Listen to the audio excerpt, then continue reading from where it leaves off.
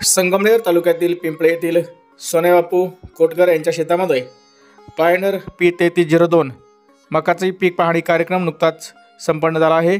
या प्रसंगी उद्घाटन 16 मान्यवरांच्या उपस्थितीमध्ये संपन्न झाला आहे। यावेळी पायनर कंपनीचे प्रतिनिधी योगेश वाळे, समीर वाळे, योगेश दळे, प्रवीणजी चौधरी यांनी शेतकऱ्यांना योग्य ते मार्गदर्शन केले। पायनर कंपनीची बाजरी एकच नंबर आहे, पण मका देखील चांगली आहे। कमी कालावधीत येणारा वाण, टोकापर्यंत भरलेले कंसे, कमी पाण्यात व हलक्या जमिनीत येणारा मकाचा P3302 हा वाण आहे।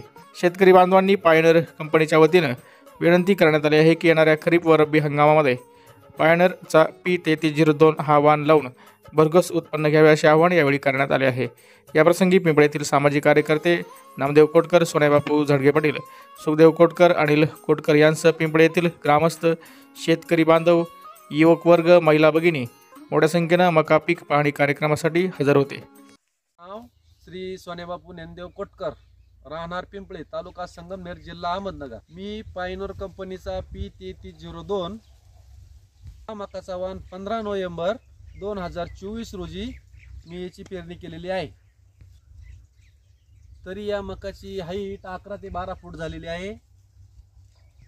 तर मी या मक्याचा चारा गायांना घातला तर याच्यामध्ये दुधात वाढ आणि फॅटही चांगली लागलेली आहे आणि माझेवाली आर्थिक पैशाची हे पण चांगलं झालेलं आहे।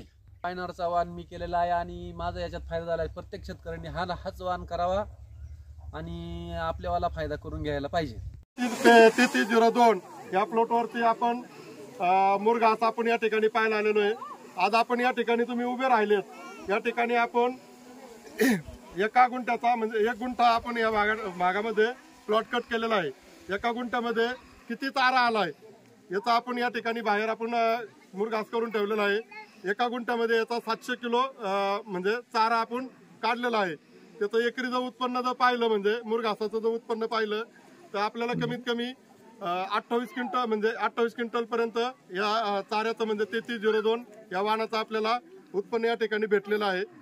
जर याचा जर आपण जर उत्पन्न जर काढलं म्हणजे दाण्यांचे जर उत्पन्न जर काढलं तर तुम्हाला या प्लॉटचं जर सरासरी जर उत्पन्न जर तर 30 ते 35 क्विंटल पर्यंत हमखास या प्लॉटचं उत्पन्न तुम्हाला भेटू शकतं।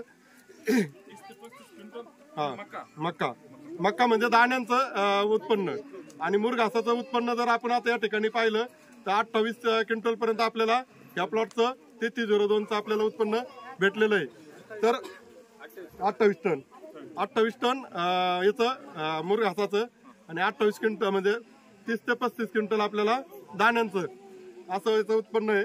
जर या ठिकाणी जर प्रत्यक्ष प्लॉट जर पाहिला तर प्लॉटची हाईट पाहिली तर 12 ते 13 फुटापर्यंत तुम्ही हाईट पाहू शकता।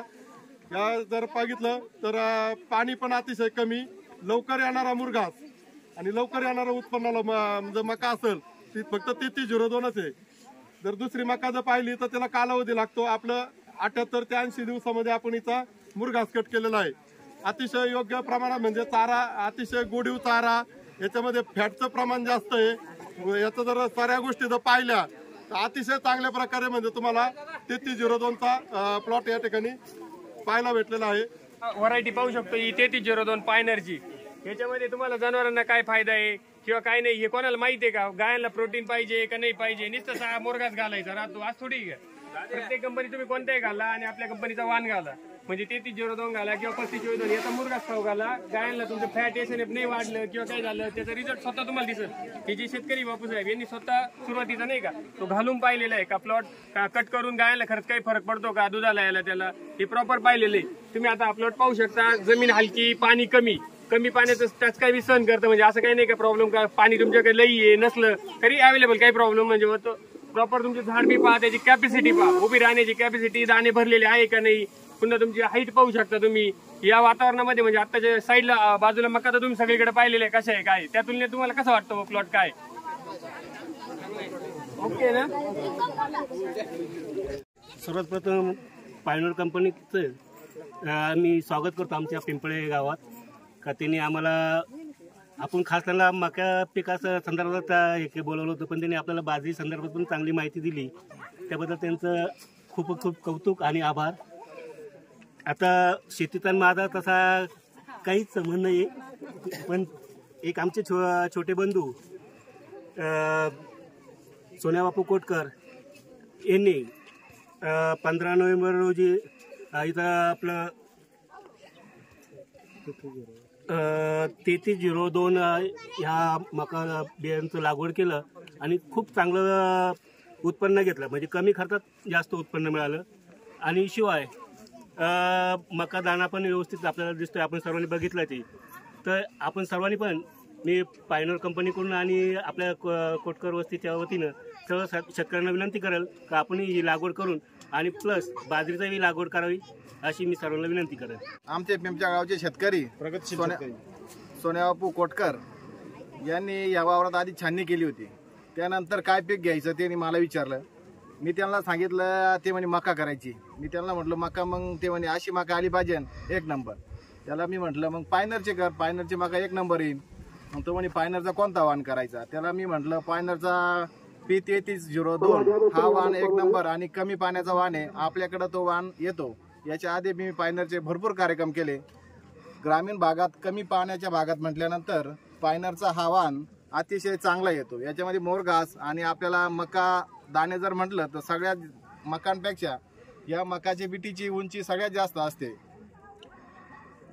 त्यामुळे आम्ही दोघांनी सुचून इथं पायनरचे वाण केला. तो वाण केला तर आमचा अतिशय उत्तम वाण आला आणि आम्ही कंपनीला फोन केला तर कंपनीवाल्याने आम्हाला प्रतिसाद देऊन हा इथं तो कार्यक्रम केला. पायनर कंपनीने आम्ही घेतलेलं मकाचं उत्पन्न याच्याबद्दल मार्गदर्शन केले व त्याच्यानंतर मकाचं उत्पन्न मीच पहिल्यांदा बघितलं. एवढं 11-11, 12-12 फूट हाईट आहे मकाच्या उत्पन्नाचे आणि कंपनीने विशेष आमचे अभिनंदन केले. आम्ही त्यांचे अभिनंदन करतो. धन्यवाद. आमचे बंधू आणि पिंपळे गावातील सामाजिक कार्यकर्ते तसे त्याचप्रमाणे प्रगतीशील शेतकरी सोन्याबापू कोटकर यांनी नवीन पायनर कंपनीचा नवीन वाण आपल्या शेतीमध्ये लागवड केला आणि खऱ्या अर्थानं प्रगतीशील शेतकरी म्हणून त्यांनी गावामध्ये नावलौकिक मिळवलं आहे. पायनर कंपनीचे अधिकारी त्यांनी वेळोवेळी येऊन मार्गदर्शन केलं, ते आमच्या उपयोगाची पडलं आणि उत्पादन वाढवण्यासाठी खरोखर तरुण शेतकऱ्यांनी याकडे वळलं पाहिजे ही मी अशी अपेक्षा करतो आणि यापुढे मी असं सहकार्य लावेल ही शुभेच्छा देतो आणि थांबतो. जय हिंद, जय महाराष्ट्र.